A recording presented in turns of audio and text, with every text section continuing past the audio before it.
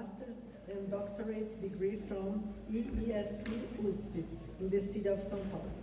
He is currently working as data analyst in Brazil. Arthur is going to share with us what is understanding about the topic My Internal Peace and the Spirit Evolution, Jesus, our role model. Welcome.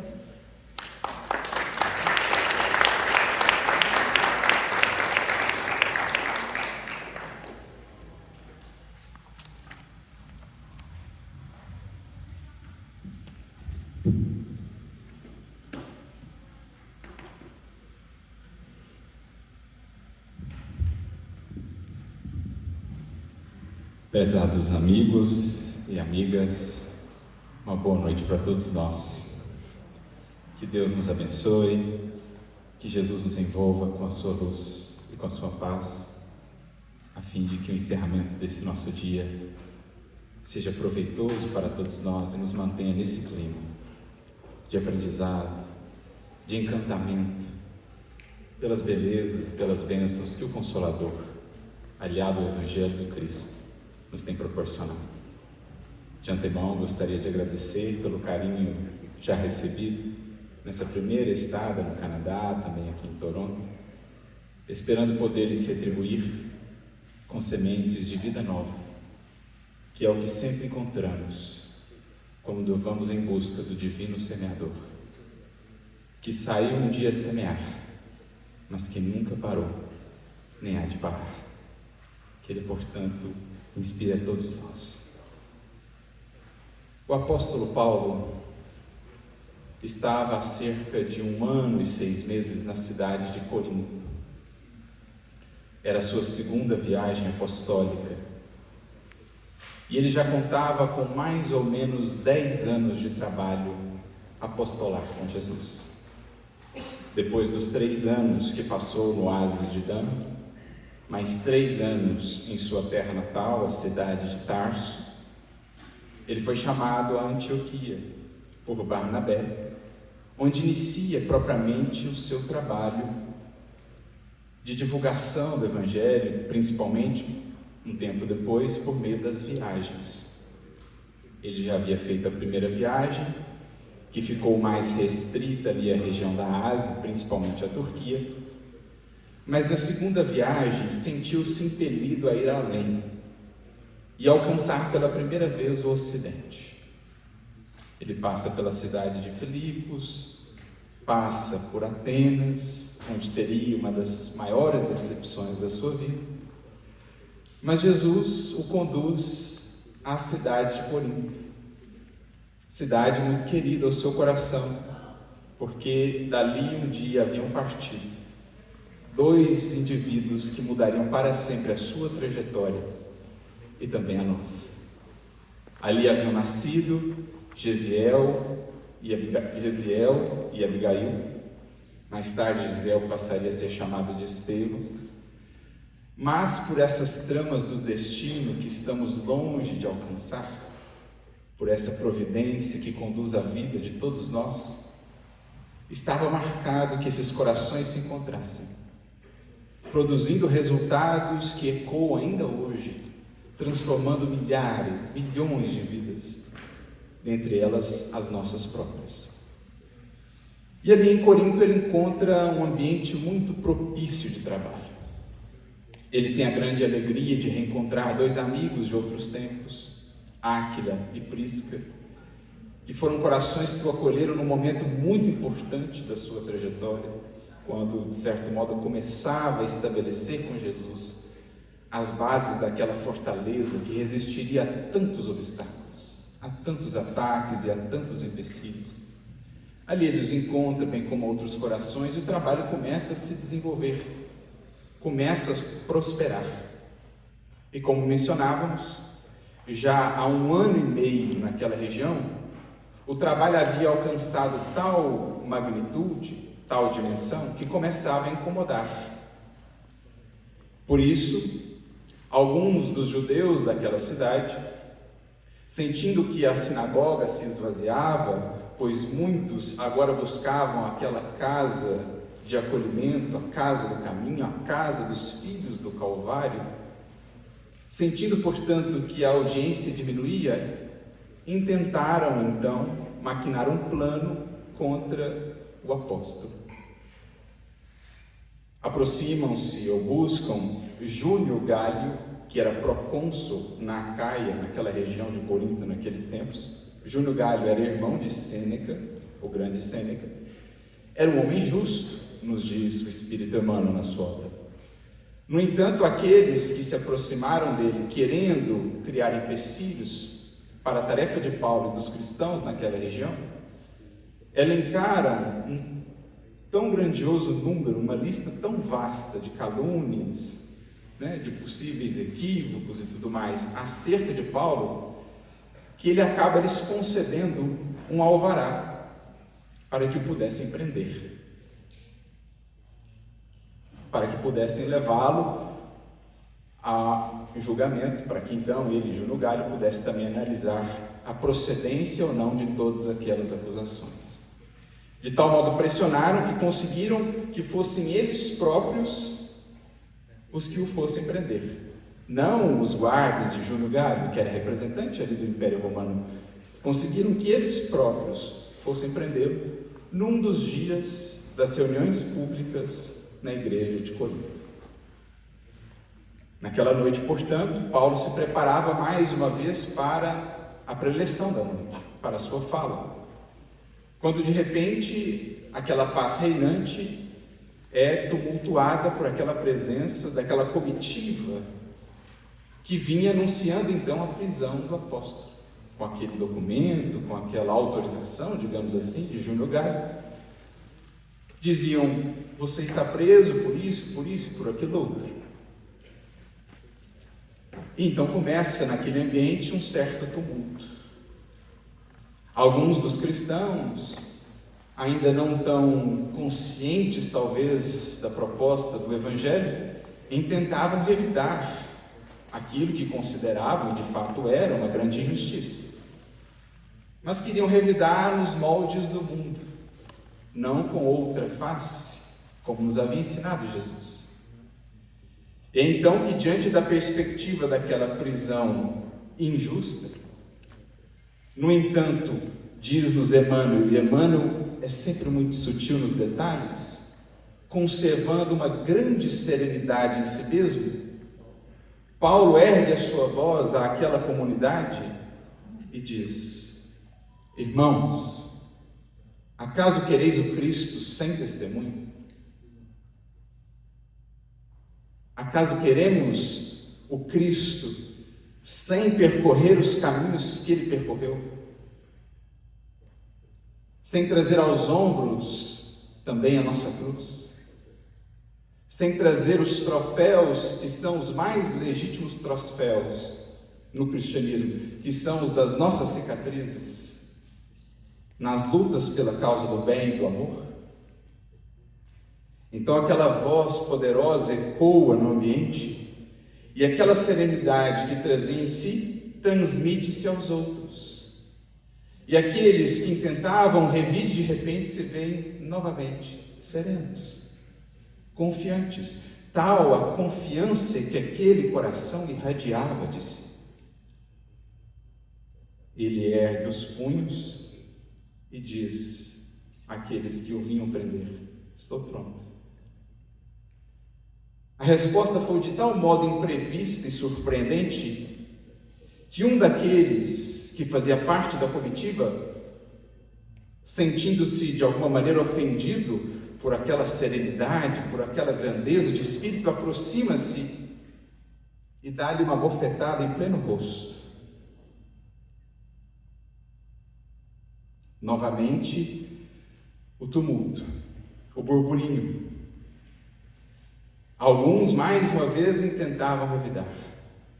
E ele, mantendo aquela serenidade imperturbável, volta-se aos seus companheiros de caminhada e diz-lhes: irmãos, estejamos tranquilos e jubilosos, porque o Senhor nos considerou dignos. estejamos tranquilos. Analisemos essa situação por outro prisma, com outras lentes. Ao invés de vermos aqui a perseguição, que seria de se lamentar, ao invés de nos focarmos na injustiça, vejamos este momento como uma possibilidade concedida-nos por Jesus de demonstrarmos o que o Evangelho tem produzido em nós.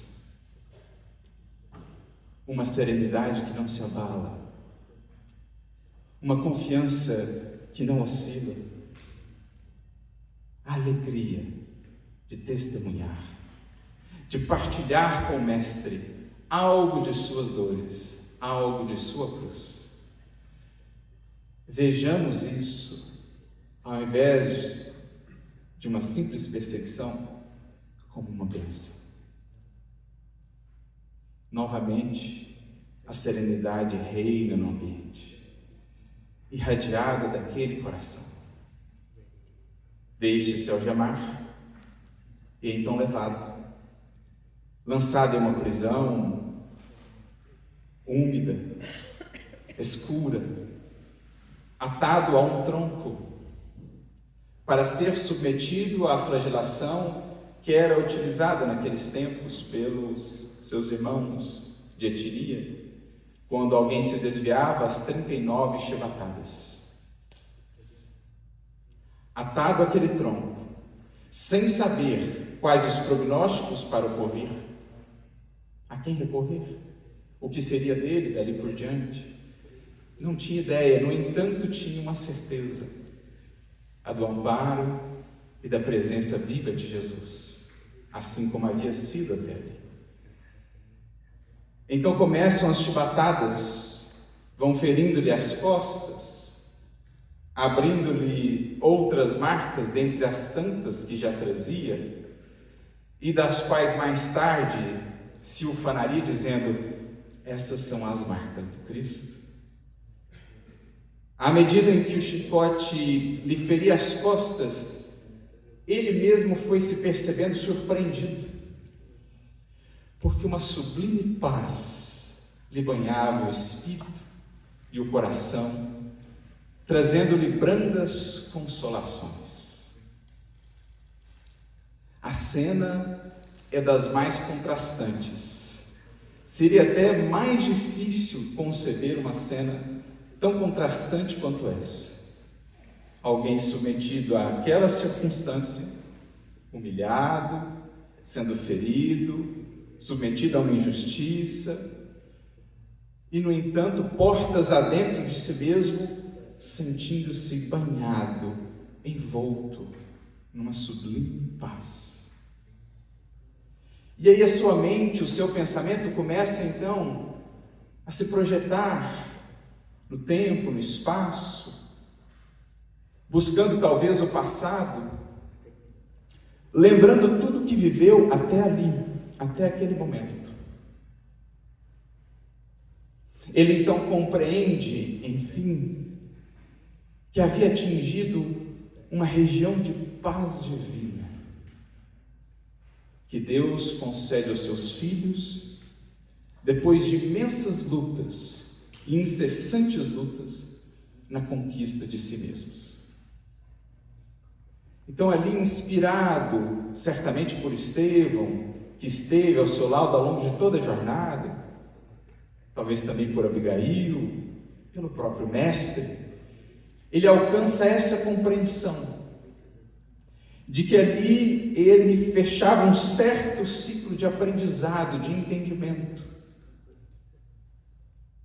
porque também a partir dali ele volta no tempo, a um outro momento bem diferente de sua trajetória, quando ele era Saulo, um jovem prodigioso em Jerusalém, promessa do porvir,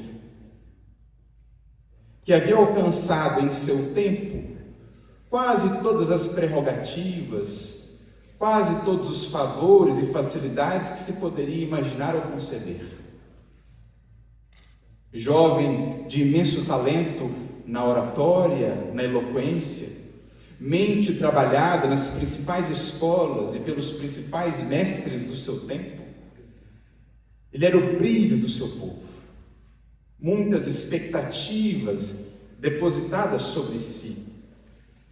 Ele que havia estudado com Gamaliel, um dos maiores rabinos de todos os tempos, neto de Hilel. Ele que havia estudado também nas escolas atenienses, também de Alexandria, que haviam sido construídas na sua terra natal, na cidade de Tarso. Uma das poucas a contar naquele tempo com esses mestres, com essas escolas. Por isso era fluente no grego koiné, a língua vigente em todo o entorno do Mediterrâneo, fluente nas escolas de Alexandria, de Atenas, os filósofos que ele conhecia, que mais tarde viria a citar. Era ele cidadão romano, título provavelmente herdado do seu pai ou do seu avô. Era ele jovem, tinha ele recursos, seu pai era muito rico, porque comerciante que era, tinha um sem número de caravanas que percorriam todo o entorno do Mediterrâneo, vendendo tecidos, vendendo, enfim, itens de luxo. Então aquele jovem, por volta ali dos seus 30 anos, contava com juventude, com beleza, com influência, com poder, com riqueza, com cultura, com todas as prerrogativas que se possa enumerar neste mundo. E, no entanto, ali, vivendo aquele testemunho de flagelação, mas sentindo aquela paz, ele volta no tempo e lembra talvez aquilo que foi o início da jornada, que culminou naquela compreensão da paz divina alcançada em si. Ele se lembra da sua jornada, deixando a cidade de Jerusalém em busca de Damasco, perseguindo a uma das principais figuras do cristianismo naquela região, Ananias. Ele, mais alguns de seus companheiros, vinham lidando com aquela inclemência do deserto, calcinante, mas mais agreste do que aquele deserto pelo qual ele passava, talvez fosse o seu mundo interior. Porque, embora tudo aquilo, a sua mente fervilhava, o seu coração estava marcado por alguns fatos que ele havia testemunhado naqueles últimos tempos, porque ele se lembrava desde a sua juventude, desde que tivera mais consciência de si, qual o seu grande anseio? Paz. Paz interior para bem servir a Deus. E ele se via então como uma contradição ambulante, porque tendo aquilo que um sem número de criaturas considera ser a raiz, o fundamento da paz, da estabilidade, da segurança no mundo, a fortuna, o prestígio, a influência, o poder, ele justamente não tinha aquilo que mais ansiava: a paz. E ainda para deixá-lo mais inquieto em suas indagações interiores, aqueles a quem ele perseguia, que não tinham a fortuna que ele possuía, a estabilidade, a influência, o prestígio, a cultura, o poder, não tendo nada disso que ele detinha, transpareciam uma serenidade ou mesmo aquela paz que ele tanto ansiava. Naquela jornada em direção a Damasco, ele chega à conclusão, ele chega à verdade dolorosa, diz Emmanuel, sobre si mesmo, de que estava sem paz interior, embora a conquista e o gozo de todas as prerrogativas e privilégios do mundo. Então ele volta no tempo, vivendo aquele flagelo, e vê o contraste das duas cenas, das duas situações. Outrora, exteriormente, tão assegurado, tão garantido por tantos recursos e tantas possibilidades, mas sem paz interior. Agora ali, aparentemente tão desprovido, ferido no corpo, espicaçado, humilhado, injuriado. E, no entanto, aquela força, aquela sublimidade interior que lhe o embalava, que o envolvia, que ele nunca havia sentido. Ele percebe então que havia feito uma jornada até ali.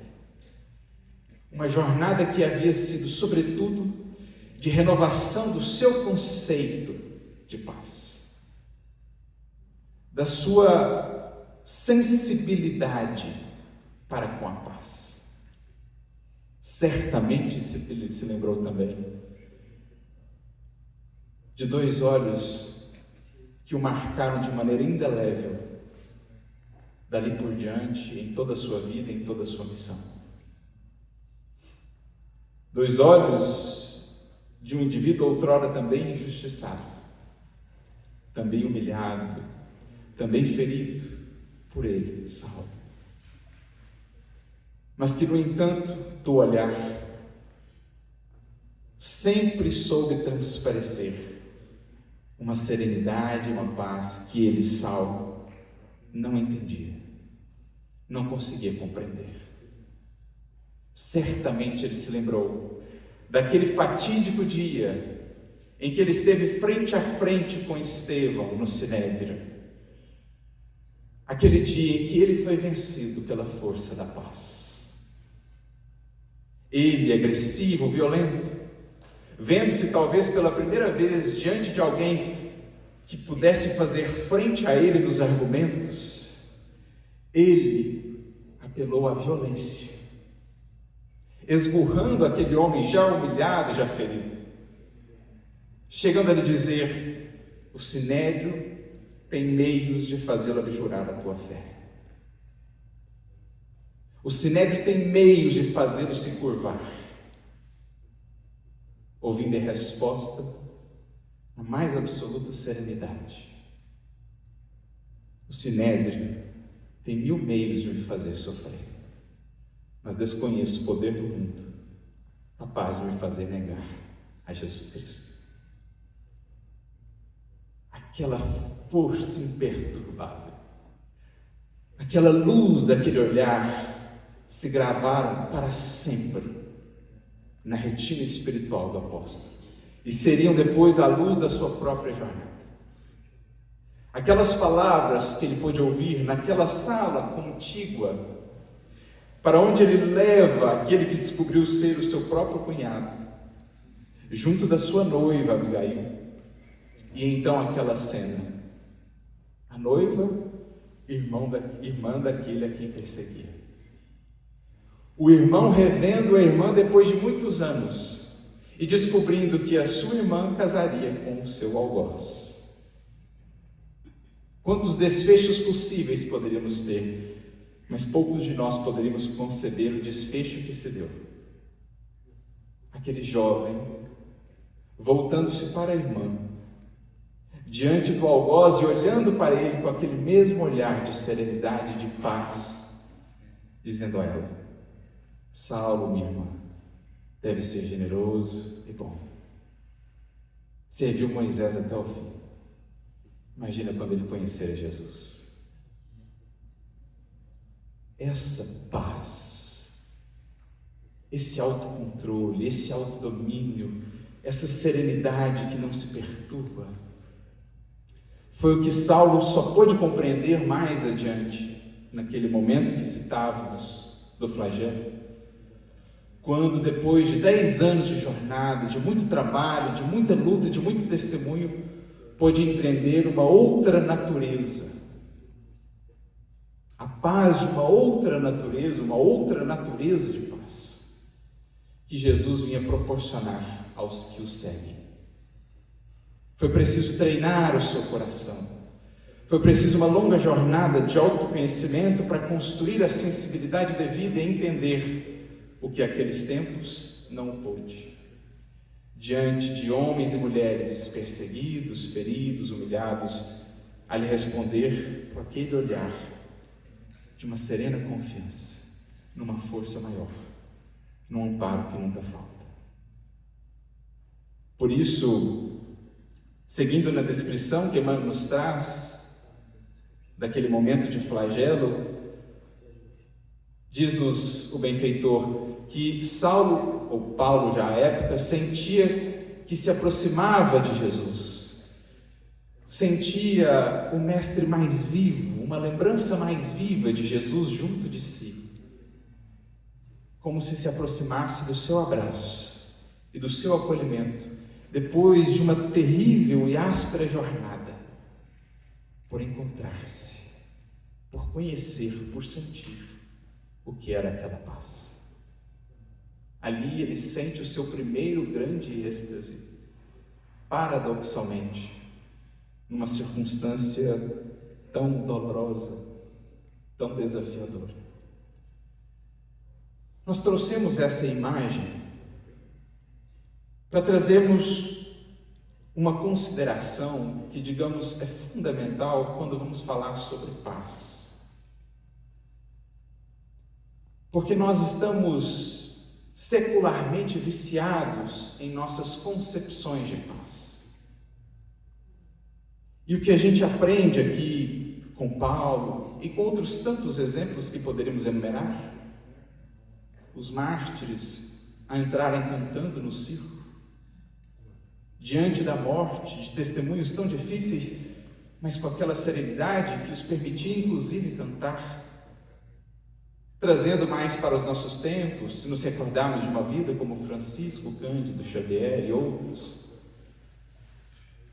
a gente vai percebendo que a paz que esses espíritos alcançaram, sentiram, entenderam, ela tem uma natureza diversa, porque ela envolve muito mais uma jornada do que uma circunstância.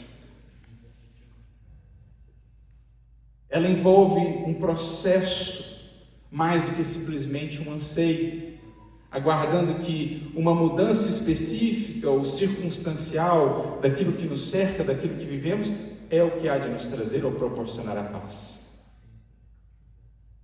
Eles puderam entender, esses corações, aquilo que também Pedro buscou sintetizar para nós numa de suas epístolas. Primeira epístola de Pedro, capítulo 3, versículo 11, quando Pedro nos diz assim: busque a paz e siga. Ao comentar essa fala de Pedro, no livro Fonte Viva, capítulo 79, o benfeitor Emmanuel nos diz: muitas criaturas, poderíamos dizer até todas, anseiam pela paz. Quantas, no entanto, estarão dispostas a segui-la? Em outras palavras, a pagar o preço da paz, a entender que paz é jornada, que paz é construção, que paz é produto. E é isso que, fundamentalmente, o Espiritismo vai nos ajudar a compreender melhor, em nos apresentando esse panorama sobre o qual tanto se falou aqui hoje, do que é a jornada do Espírito, daquilo que são os anseios maiores de todos nós enquanto espíritos. Ansiamos, naturalmente, por paz, por felicidade. Aqui podemos tratar as duas coisas até como que sinônimas. Afinal de contas, o que é paz? Senão um estado de espírito, um estado de alma, a representar a harmonia, a representar um contentamento, uma felicidade, mas que não seja assim de uma natureza tão passageira e tão efêmera, que destoe dessa euforia das sensações que muitas vezes perseguimos e com a qual tantas vezes nos frustramos. Tratemos essas duas coisas, esses dois conceitos como similares, sinônimos: paz e felicidade. E um dos conceitos-chave que o Espiritismo vai nos trazer, por meio de Kardec, bem como dos Espíritos, é de que não há como dissociar paz ou felicidade da própria jornada de evolução do ser. Por isso achamos interessante o tema em unindo paz interior com evolução, porque são de fato temas indissociáveis. Quando vamos, por exemplo, ao livro Céu e Inferno, no capítulo de número 7, Código Penal da Vida Futura, que se aplica também à vida presente, Quais os 3 primeiros itens, ou os primeiros itens de um modo geral, sobre os quais Kardec vai tratar? Ele vai fazer uma amarração, uma conexão intrínseca entre felicidade, infelicidade e evolução ou ausência dela. Grau de pureza ou ausência de pureza. O espírito será tão mais feliz quanto mais purificado já se fez. O que para nós espíritas seria o mesmo que dizer, quanto mais evoluído é o ser, mais ele cria em si causas de felicidade, raízes de felicidade, ou bases sólidas para essa paz. Por outro lado, quanto mais imperfeito é, e quanto mais ainda voluntariamente se mantém nessa posição, acomodando-se, mais raízes de angústia, de aflição, cultiva o espírito em si mesmo.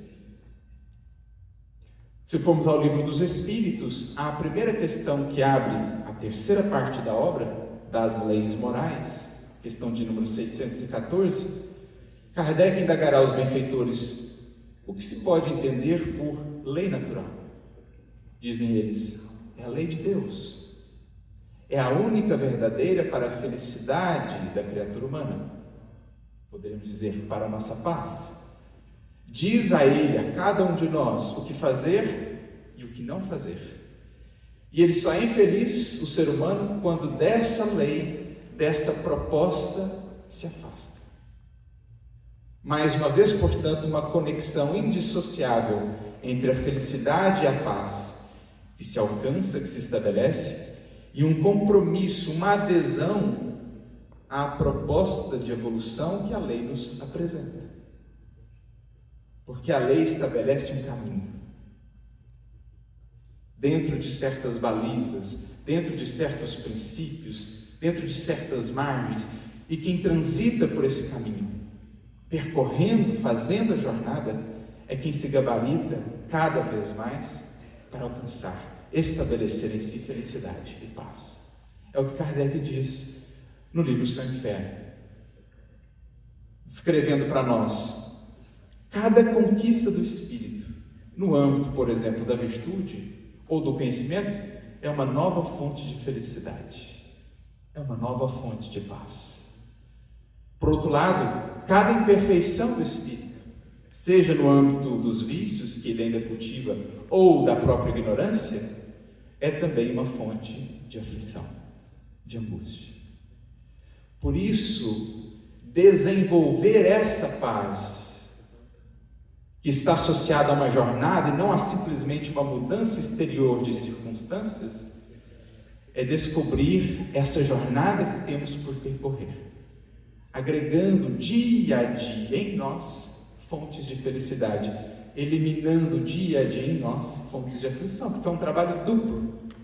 Cada conquista aumenta em mim uma fonte de felicidade, ao mesmo tempo que diminui uma fonte de aflição, porque ela substitui uma imperfeição. Por exemplo, cada página que eu leio, seja do Evangelho, seja da literatura espírita, é uma nova janela, é um novo raio de luz que se abre em meu existir, em minha jornada, removendo uma parcela de ignorância. Essa parcela de ignorância removida era fonte de aflição, agora substituída por mais um traço de conhecimento, torna-se fonte de felicidade ou de paz. Cada pequeno empenho na vitória sobre um vício remove uma causa de angústia e agrega uma causa de felicidade ou de paz. É isso, portanto, que Pedro quis dizer, é isso que Paulo pôde compreender, em alinhando-se à proposta que o Cristo lhe abre naquele encontro em Damasco. Não nos basta ansiar ou buscar a paz, é preciso encontrar o caminho que a ela nos conduz e ter a coragem, a perseverança, a disciplina de percorrer nas coisas mais singelas da vida. Queremos a paz que a organização, por exemplo, nos traz. Uma vida organizada, horários organizados, coisas organizadas, é uma paz. Você sabe onde estão as coisas, o tempo rende, as coisas fluem. quantos querem pagar o preço de disciplinar coisas e horários? Isso estamos a tratar de coisas mais elementares, que são fontes de paz. Porque queremos a paz que o Cristo nos promete, que nascerá da organização das emoções, dos sentimentos, num nível de complexidade maior, mas não queremos começar pela organização dos horários, das coisas. Como ansiar o muito, sem percorrermos o pouco? Como nos lançarmos a um trabalho de organizar internamente sentimentos, emoções e pensamentos, sem começarmos pela organização mais básica, nos fundamentos da vida, do dia a dia? Então a gente começa a mudar a perspectiva quanto à paz. E é isso que Emmanuel nos dirá. É tão importante em nossos tempos entender que paz diz respeito a movimento, diz respeito a jornada evolutiva, jornada com propósito, tendo naturalmente por referência o Cristo, que expressa para nós a vivência da lei. Quem encontra esse caminho e o percorre, terá a paz por produto, por resultado. O que muitas vezes queremos é a paz sem evolução, ou acreditamos estar evoluindo e, no entanto, nos vemos ainda sem paz. É preciso conciliar as duas coisas, entendendo essa mudança de perspectivas que se nos faz necessária e sobre a qual Jesus já nos havia falado. Quando, em diálogo com os discípulos na última ceia, no capítulo 14 do Evangelho de João, isso fica registrado no versículo 27, Jesus nos diz: a minha paz eu vos deixo, a minha paz eu vos dou. Eu, porém, não a dou como o mundo a dá. Porque qual a paz, muitas vezes, que o mundo prometerá? Que o mundo fornecerá à criatura? Aquela paz que outrora Saulo julgaria encontrar em tudo aquilo que trazia prerrogativas, facilidades, mas que não pôde encontrar. A paz do mundo, muitas vezes, será um compromisso com a estagnação, com a inércia, uma tranquilidade comprada ao custo da indiferença, da fuga ao dever, que pode até trazer ao espírito uma sensação transitória de satisfação, mas que não tem fundamento, que não se sustenta, que é breve, que passa.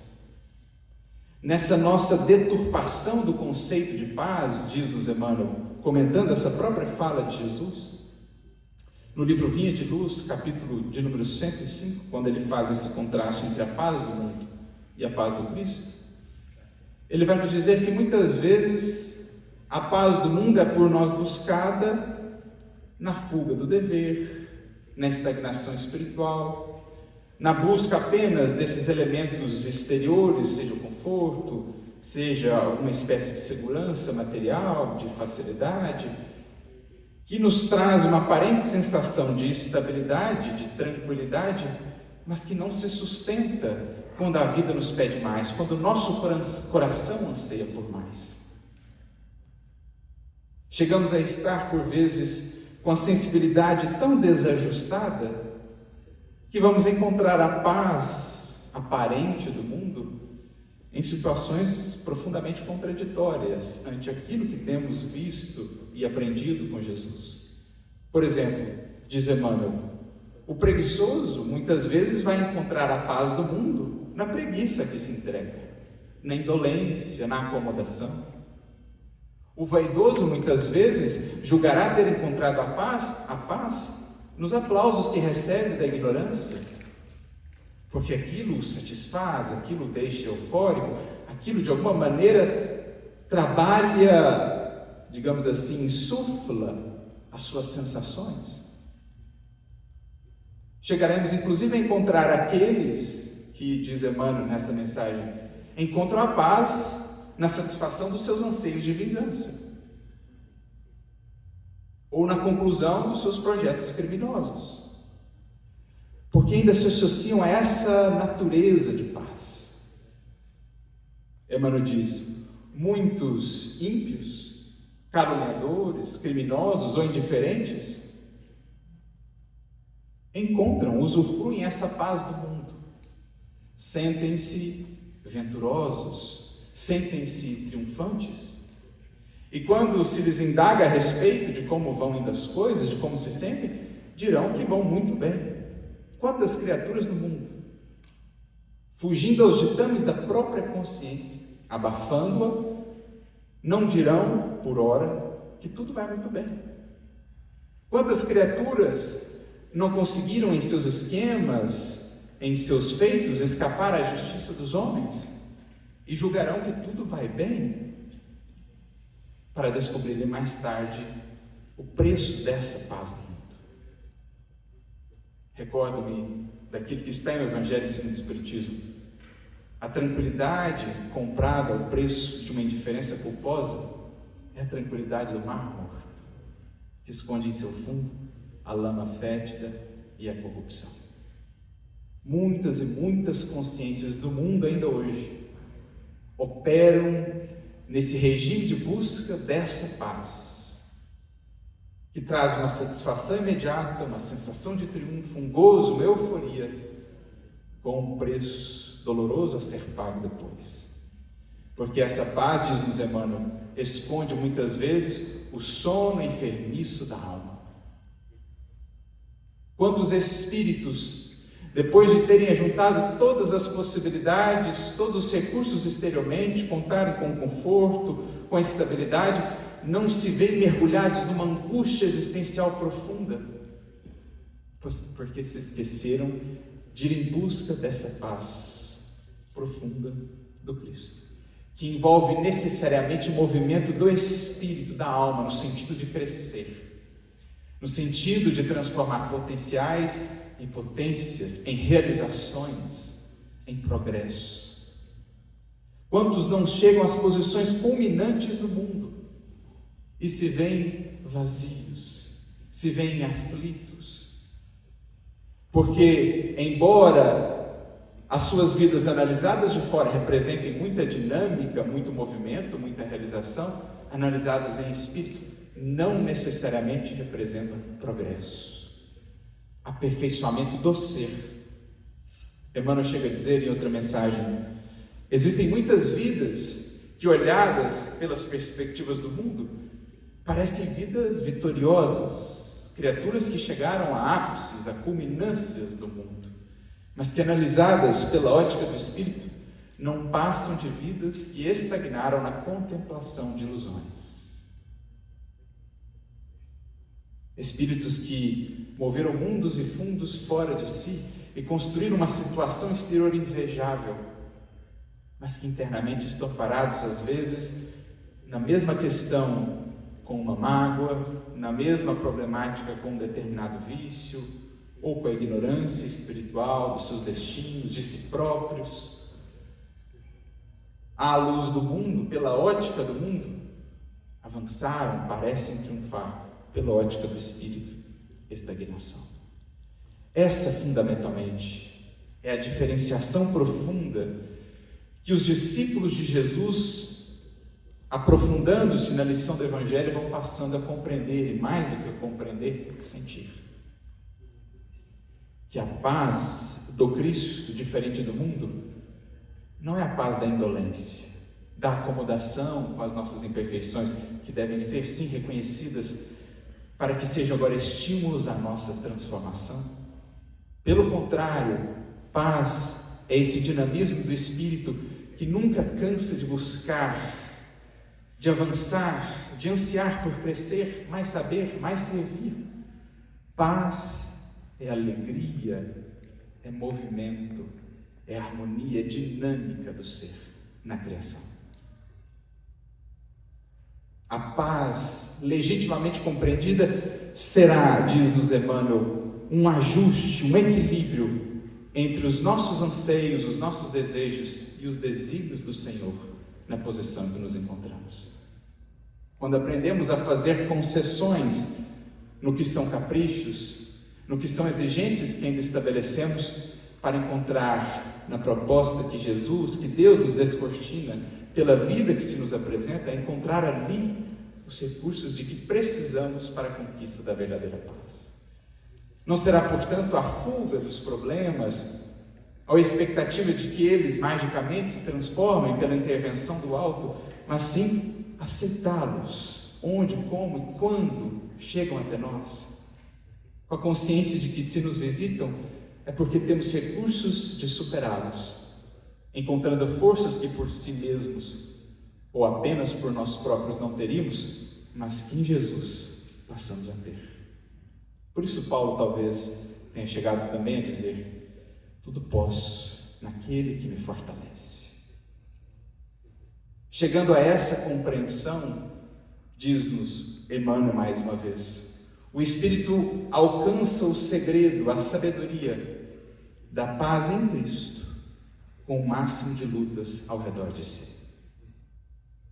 Porque as suas expectativas não dizem respeito mais agora ao fora, mas a sua relação com o que a vida traz.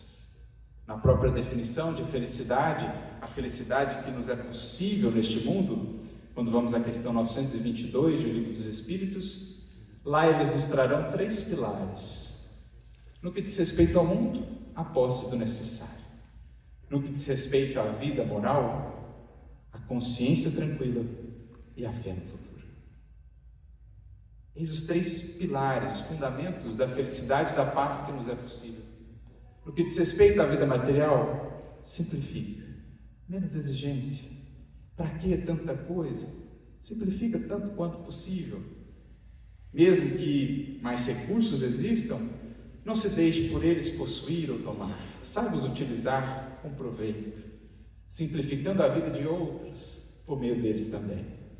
No que diz respeito à vida moral, dever bem cumprido.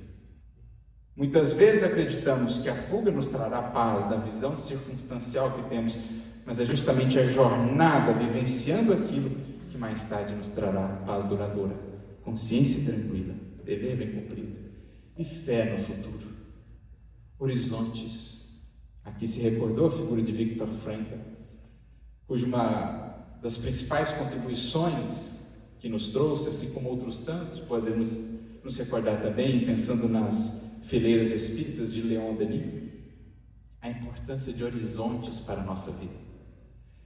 Toda vez que acrescentamos horizontes novos de conhecimento, toda vez que ampliamos, estendemos a nossa visão quanto à vida, quanto ao que nos espera, isso é fonte de felicidade que trazemos para o nosso ser e para a nossa jornada. Ver a beleza do que nos espera, ver na figura do Cristo, na figura de Paulo, na figura de um Chico, o que estamos destinados a ser, tudo isso é agregar horizontes para a nossa vida, e os horizontes nos nutrem, os horizontes nos sustentam, porque são os horizontes que nos dão o sentido, que nos dão a força de resistir, que nos inspiram a contornar e a seguir. Eis os pilares que nos trazem os Espíritos, dizendo ainda mais na questão de número 920, que depende de cada um de nós, depende da criatura humana, suavizar os seus males e ser, tanto quanto seja possível, feliz desde já neste mundo. Porque é dever nosso, enquanto discípulos do Mestre, enquanto aqueles que nos alistamos nas fileiras da Boa Nova, expressar a paz e a felicidade que a Boa Nova e que o Evangelho podem produzir em um coração.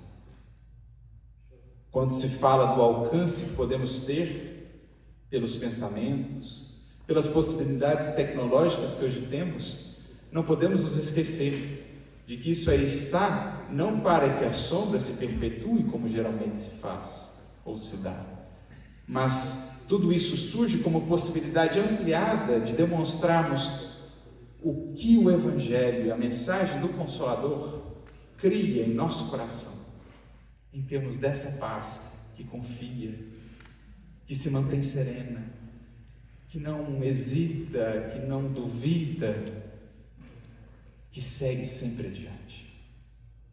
Por isso, mais uma vez lembrando-nos de Jesus, também no sermão, ou melhor, também no diálogo com os discípulos na última ceia, ele assim conclui o diálogo, antes de passar a oração que está presente no capítulo 17 do Evangelho de João. Jesus encerra o seu diálogo com os discípulos ali dizendo: tenho-vos dito estas coisas Lembremos, ali ele estava prestes a caminhar para a prisão e depois a crucificação. É como se ele dissesse: olha, tudo que vocês ouviram esses 3 anos, tenho-vos dito estas coisas para que em mim tenhais paz.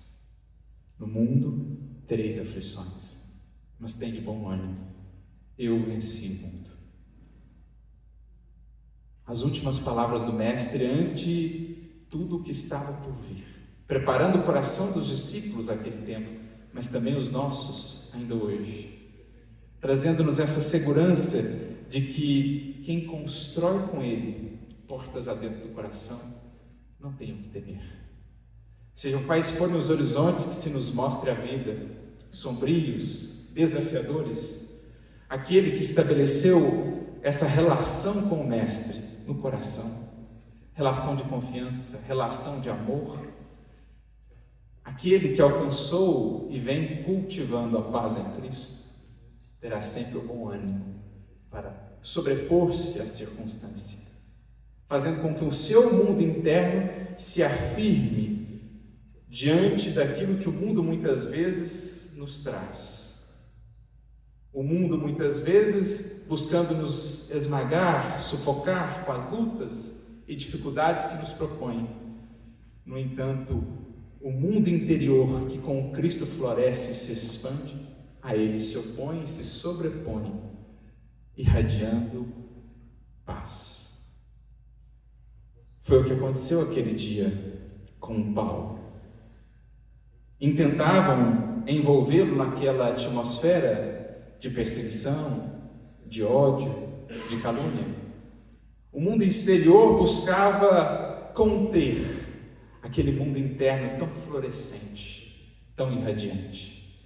Mas ali ele pôde demonstrar, pela própria influência de serenidade, de paz que criou, a força da vida que com Cristo se ligou, a força do coração que a Ele se entregou, onde quer que esteja.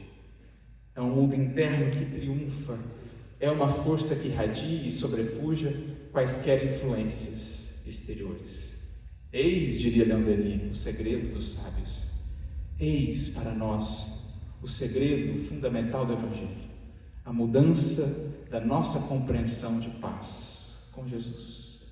Ele que mesmo na cruz irradia para o mundo e para os séculos aquelas palavras de paz e de confiança, induzindo-nos ao perdão, induzindo-nos à indulgência.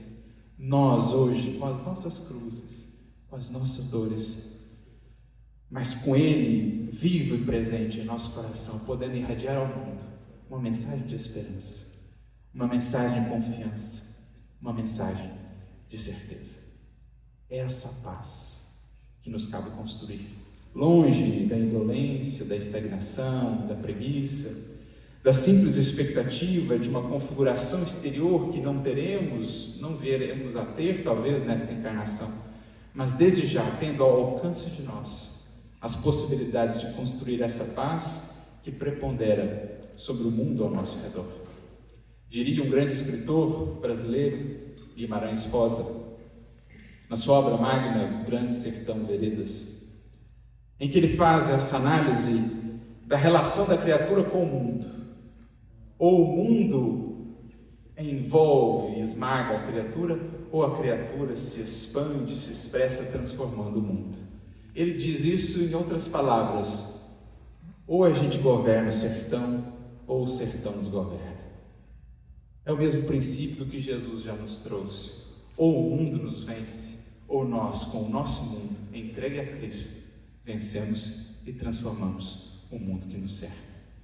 Talvez por isso tenha nos dito o Senhor que o reino de Deus está mais próximo do que possamos imaginar, porque é ao alcance de todo espírito que puder construir, que souber realizar em si essa construção com Jesus. Talvez também por isso tenha nos dito que esse reino de Deus não chega até nós com aparências exteriores, porque é a irradiação da alma que sente a presença viva do amor do Cristo a lhe conduzir jornada fora, na certeza de que aqueles que com Ele seguem não encontrarão nos seus caminhos senão motivos senão possibilidades, senão oportunidades de demonstrarem que o Evangelho é a força mais luminosa e mais transformadora da vida.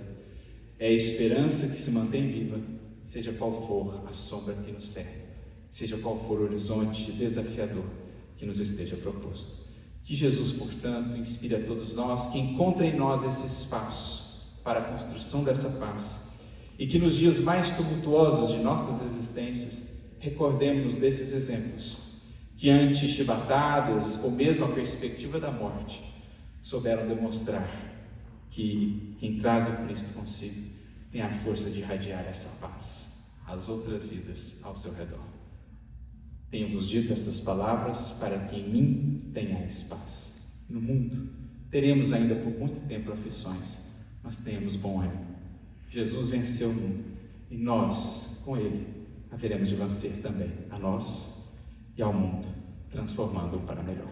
Muita paz e muita luz a todos.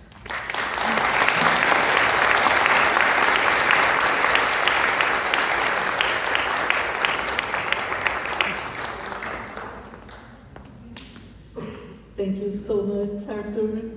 I think that's what we needed to hear today, right? And to go home with Jesus' peace, not any kind of peace. So we have 10 to 15 minutes to questions. Questões, questions, please. Alguém gostaria de perguntar?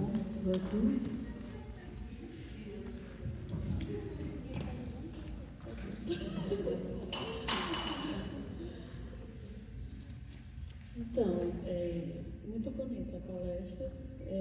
Eu anotei algumas coisas, mas algumas delas já foi respondida na hora.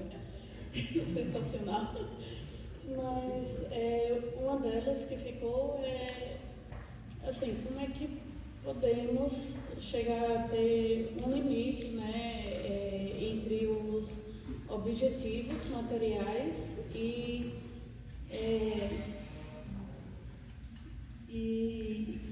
assim, com que não seja interrompido, né, a nossa paz e não vire uma ganância, né? Porque muitas vezes vemos várias pessoas, né, ter seus objetivos materiais e tudo mais, o que não é errado. Porém, como fazer para que não seja interrompido, né, por uma ganância, ou que não chegue a tal ponto, né?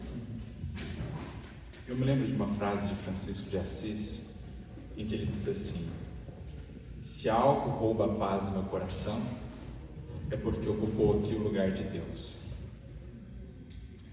E essa reflexão de Francisco, embora sintética, ela é muito profunda, porque ela, na verdade, resgata um dos maiores problemas da criatura humana. Se a gente vai ao Antigo Testamento, por exemplo, em todos os profetas, e mesmo hoje com o Espiritismo, passando também pelo Evangelho, nós vamos chegar a uma questão, uma palavrinha que não é tão comum da gente ouvir no meio espírita, mas que é muito importante. A palavrinha chama-se idolatria. Por que isso é importante, gente? Porque a gente vai estabelecendo uma hierarquia de prioridades ou de buscas. E Jesus deixou muito claro para nós, no Evangelho, quando Ele nos diz: buscai primeiramente o reino de Deus e a sua justiça, e tudo mais lhe será acrescentado. O que Ele quer dizer com isso? Que quando a minha busca primordial é a harmonização do meu proceder, da minha vida com a lei divina, eu vou conseguir lidar com tudo mais de maneira equilibrada. Porque às vezes está no programa da criatura, naquela existência, ter mais posses. A gente aprende com o Espiritismo que a riqueza muitas vezes é uma prova, assim como o poder, ter um cargo de muita influência, de muito renome. Agora, se a riqueza, se o cargo passa a ocupar o topo da hierarquia, a criatura se perde. Porque aquele cargo, aquela riqueza estará a serviço do seu ego, das suas ilusões, né? Do excesso das sensações, do prazer desequilibrado que ela vai buscar em torno daquilo. Agora, se a busca do reino de Deus e da sua justiça centraliza o seu coração, digamos assim, aquilo que ela busca, ela vai conseguir lidar com tudo mais de maneira equilibrada. Isso vale para cargos, para posses, para pessoas, Quando eu coloco uma pessoa nessa posição central no meu coração, essa relação começa a ser uma relação de desequilíbrio. O amor vira, por exemplo, culto, vira ciúme excessivo, vira um sentimento de posse, de uma mãe para com o filho, de um cônjuge para com a esposa. Então, toda vez que alguma outra coisa ocupa esse lugar de centralidade no meu sentimento, isso me rouba a paz e me desajusta na relação com tudo demais. Ao passo que quando internamente o meu foco está nisso, eu consigo ajustar todas as minhas outras relações com pessoas, posses, poderes, coisas, circunstâncias. Então, esse desajuste do que a gente coloca no centro tem um nome. Esse nome é idolatria. Os Espíritos nos dizem: qual a raiz de todos os males da criatura humana? Eles mencionam um tipo de idolatria. Eles falam egoísmo, que é o culto do eu. E toda a jornada evolutiva do ser é por substituir todos os processos de idolatria por essa busca mais fundamental de crescer conforme as leis de Deus, operando, utilizando-se dos recursos que recebe do Criador. Então, só para a gente ilustrar o quanto esse tema é importante, se a gente pegar de ponta a ponta as Escrituras, nós vamos ter a mesma temática. Se a gente vai ao símbolo de Adão, que é um símbolo, uma metáfora muito interessante, aliás, o que a gente vai encontrar lá? Adão tinha uma orientação divina, mas ele volta-se para Deus, ele não diz isso exatamente, mas o seu procedimento é como se dissesse, ele volta-se para Deus e diz assim, num jardim, o jardim ele é um símbolo da consciência, ele volta-se para Deus e diz assim, e não seja feita a sua vontade, mas a minha. E aí começa a longa jornada de reajustes e reparações. Aquilo é um símbolo da criatura humana. Onde começaram os nossos problemas? Quando a gente internamente disse assim, para a lei divina, para a consciência, que não seja feita como você me diz, mas como eu quero. Passado muito tempo, num jardim também, nós vamos ver Jesus em oração a Deus, dizendo assim, Pai, que não seja feita a minha, mas a sua vontade. Paulo não deixou isso passar desapercebido. Na sua carta aos Coríntios, primeira delas, capítulo 15, ele diz assim, nós temos o primeiro Adão e nós temos o último Adão. Quem que é o último Adão? Cristo. Quem que é o primeiro Adão? Nós. Então, Adão é o símbolo de nós, criaturas humanas, que muitas vezes colocamos o nosso desejo acima da lei. Que fazemos das nossas buscas prioritárias em relação à busca fundamental de comunhão com o divino. E por isso, todos os desajustes, por isso todas as dores, todas as angústias. Quem nos foi dado como modelo? Aquele que em tudo diz que não seja feita a minha, mas a sua vontade. Então Jesus é o símbolo do Espírito que trouxe de volta a Deus a centralidade. Então isso vale para as posses, para os anseios que nós temos no mundo, não há problema nenhum em tê-los. Mas analisemos sinceramente, diariamente ou frequentemente de nós para conosco, qual posição eles têm ocupado em nosso grau de hierarquia, de prioridade. Estamos sabendo fazer dele, do recurso material, do título, da posse, uma possibilidade de avançar nessa senda de aprendizado, de melhoramento de mim mesmo, ou ele está, para eu conseguir ele, isso fazendo, para que eu o consiga, eu estou me desviando dos ditames da consciência. Porque o indivíduo, para conseguir mais posse, não vai passar por cima de outras pessoas, ferir sentimentos, burlar as leis do mundo, também as leis da consciência. Aí ele já deixou de ter a busca central no seu devido lugar. Não sei se deu para entender, mas a ideia que a gente queria trazer é isso, assim, de analisar o que está roubando a paz do meu coração, voltando a Francisco. Aquilo, se está roubando a paz do meu coração, é porque está ocupando um lugar de centralidade que compete a Deus e a sua lei. Perguntas? Arthur? Questions?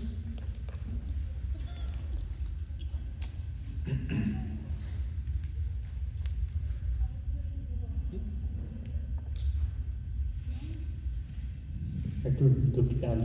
Essa sua apresentação foi maravilhosa. Nós agradecemos muito, tá? Obrigado. Ok.